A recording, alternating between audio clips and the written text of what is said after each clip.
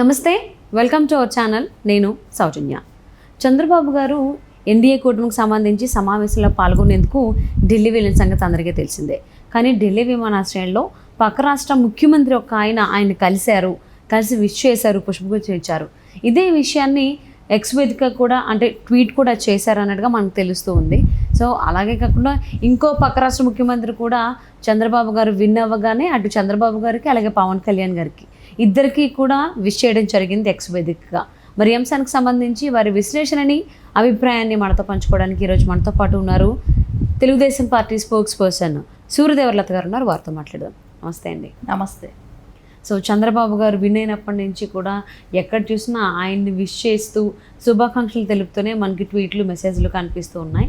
But కొంతమంది అయితే డైరెక్ట్గా కలుస్తూ ఉన్నారు.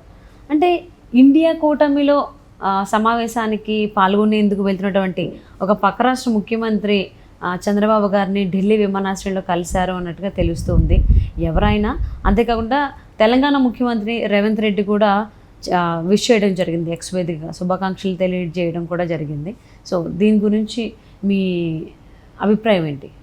అంటే పక్క రాష్ట్రమైన తమిళనాడు ఇప్పుడు ముఖ్యమంత్రిగా ఉన్న స్టాలిన్ గారు కానివ్వండి, అంటే ఎప్పుడూ కూడా స్టాలిన్ గారే కాదండి, అలా ఫాదర్ అయిన కరుణానిధి గారు కూడా టీడీపీతో ఎప్పుడూ సత్సంబంధాలు ఉండేవి. ఎన్టీఆర్ గారి టైం నుంచి కూడా తీసుకున్న, టీడీపీ ఫ్రమ్ ద బిగినింగ్ నుంచి తీసుకున్న వరకు ఆ సత్సంబంధాలు ఉండేది. ఇంకోటి వాళ్ళు తెలుగు వాళ్ళు కూడా అవటం, కరుణానిధి గారు వాళ్ళు తెలుగు వాళ్ళు అవటం, అంటే నెల్లూరు ఆ ప్రాంతానికి సంబంధించిన వాళ్ళ పూర్వీకులు ఎప్పుడో వెళ్ళి కూడా అటు సెటిల్ అవటం కూడా జరిగింది. ఓకే, అప్పుడు ఉమ్మడి రాష్ట్రంగా ఉన్నప్పుడు, ఎప్పుడు చెన్నైతో కలిసి ఉన్నప్పుడు ఎప్పుడో పూర్వం వెళ్ళిపోయారు, వాళ్ళు సెటిల్ అయ్యారు అక్కడ.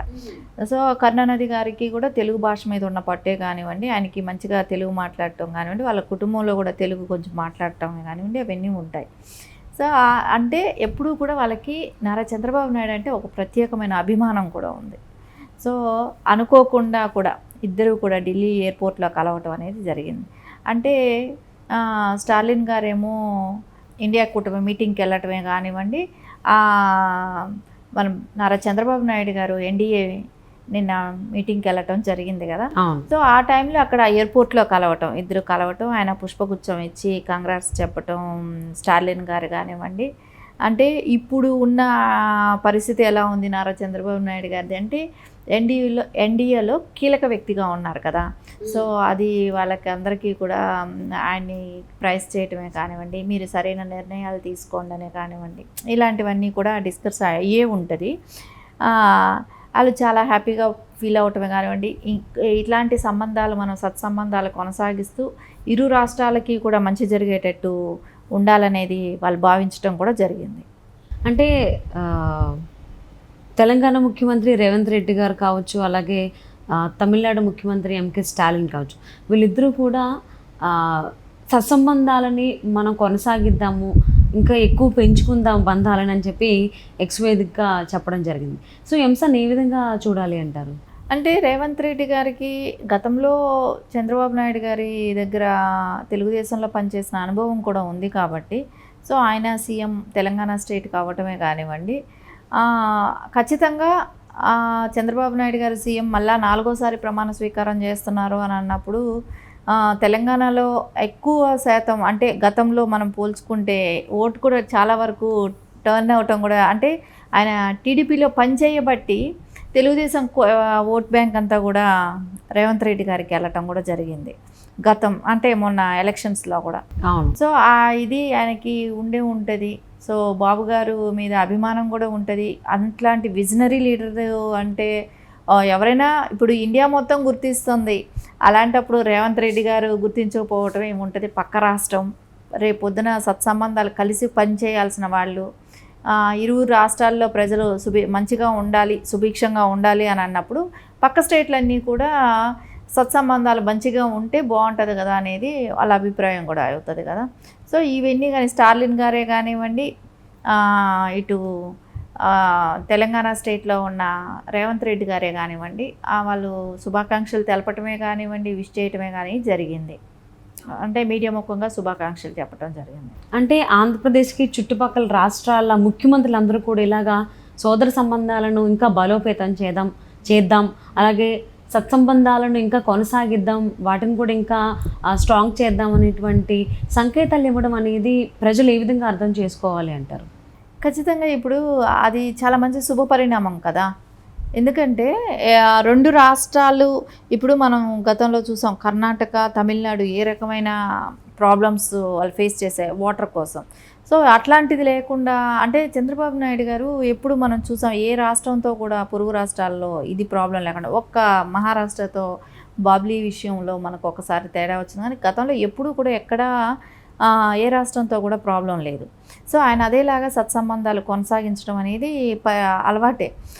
అందుకని ఇప్పుడు కరుణానిధి గారి వాళ్ళ ఇదేంటంటే పూర్వం నుంచి కూడా అంటే తెలుగు గంగ కూడా ఎన్టీఆర్ గారి టైం నుంచే పంపించడం, అంటే మన అప్పుడు ఉమ్మడి రాష్ట్రమైన తెలంగాణ, ఆంధ్ర ఉమ్మడి రాష్ట్రం, కానీ ఇక్కడి నుంచి మనం నీళ్లు కూడా పంపడం జరిగింది చెన్నైకి, తెలుగు గంగ అనేది.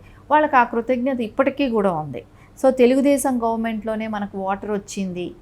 సో ఈరోజు చెన్నై కానివ్వండి వాళ్ళకంతా వాటర్ సప్లై చేయగలుగుతున్నారు అని అంటే మన తెలుగు గంగ వాటర్ కాబట్టి వాళ్ళకి ఇది ఎప్పుడు ప్రత్యేకమైన అభిమానం ఉంది. సో తెలుగుదేశం పార్టీ మీద అక్కడ ఉన్న ప్రజలలో కూడా ఒక అభిమానం ఉంది. అక్కడ మన తెలుగు వాళ్ళు కూడా ఎక్కువే ఉంటారు తమిళనాడులో. సో అందుకని వాళ్ళకి ఎక్కువ కూడా ఇప్పుడు తెలుగుదేశం పార్టీని ప్రైజ్ చేస్తే వాళ్ళకి అక్కడ పార్టీ కూడా స్ట్రాంగ్ అవుతుంది.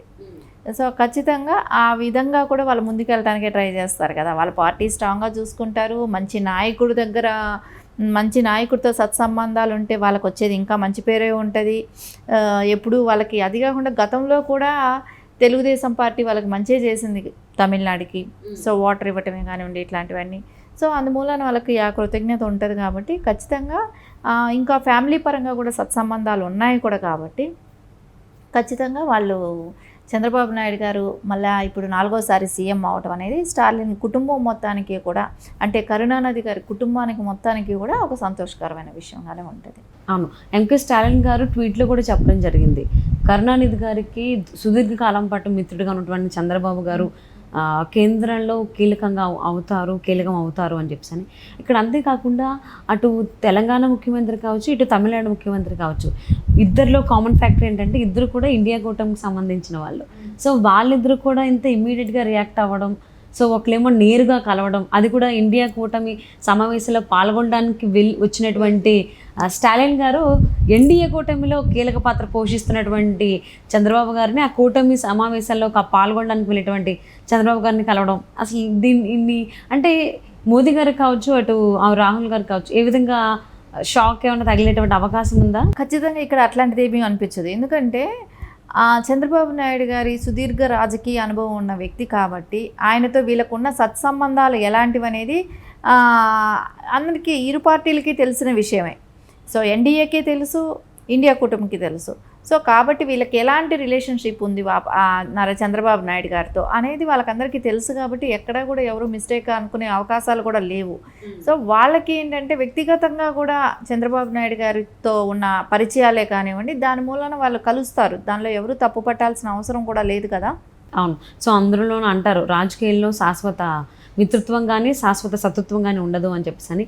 ఏదేమైనా ఆంధ్రప్రదేశ్లో ఎన్డీఏ కూటమి గెలవడంతో చంద్రబాబు గారి గెలుపుకు సంబంధించి ప్రతి ఒక్కరు, అంటే ముఖ్యంగా చుట్టుపక్కల రాష్ట్రాల ముఖ్యమంత్రులు చాలా అభినందిస్తున్నారు అండ్ అలాగే శుభాకాంక్షలు కూడా తెలియజేస్తున్నారు. సత్సంబంధాలను అలాగే సోదర భావం ఉండేటువంటి దాన్ని కూడా ఇంకా బలోపేతం చేద్దామని చెప్పేసి అంటున్నారు.